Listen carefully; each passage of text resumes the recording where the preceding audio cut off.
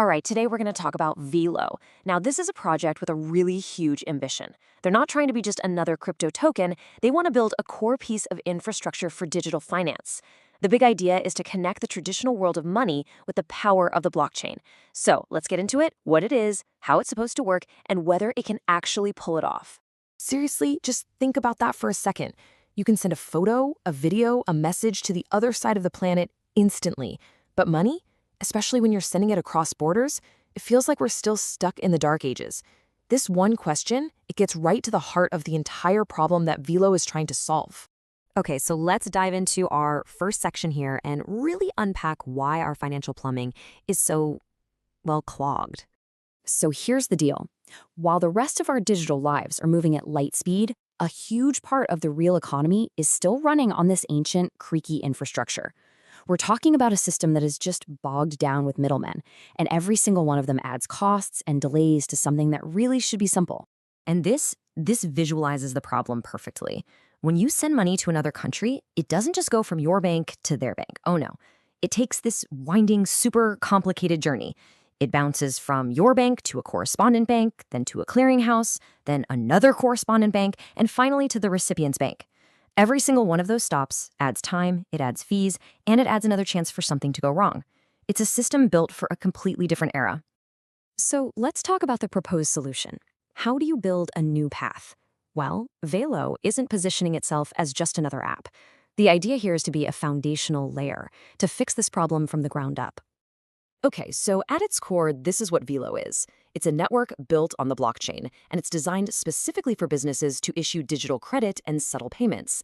Now, the keywords you've really got to grab onto here are network and infrastructure. The goal isn't to be one of the cars on the road. The goal is to be the highway itself.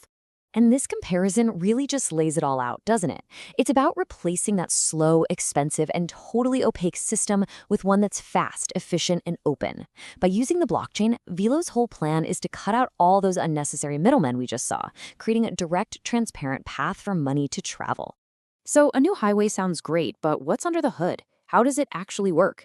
Let's get into the mechanics and take a look at the engine of this whole system, the Velo token. You know, this is such a critical distinction to make in the crypto space. So many tokens out there exist pretty much just for speculation. But the Velo token was designed from day one with a specific purpose. It has an operational job, a role that is absolutely essential for the network to even function. Its job really breaks down into three key parts. First up, it acts as collateral. Think of it like a guarantee that backs every single transaction and makes sure the whole system is secure and solvent. Second, it's the key to facilitating credit. It allows trusted businesses to create value on the network instantly. And third, it's all about coordination, using economic incentives to make sure all the different players in the network are working together smoothly. And this quote just nails the philosophy here. For a project like Velo, the true measure of its value isn't just the market price on any given day. It's utility. Are the tokens actually being locked up as collateral? Are they facilitating real transactions? Are they doing their job? That's the real test. Okay, so a great design on paper is one thing, but making it actually work in the real world, well, that's a whole different ballgame. Let's shift from the theory to the practice and see what adoption really looks like. And this is the question you have to ask about any ambitious project, right? Is this just a really cool idea, a compelling white paper, or is it actually being built and, more importantly, used by real businesses to solve real-world problems? This is the bottom line, right here. For an infrastructure project, the tech alone is never enough. Success is defined by who is actually using it.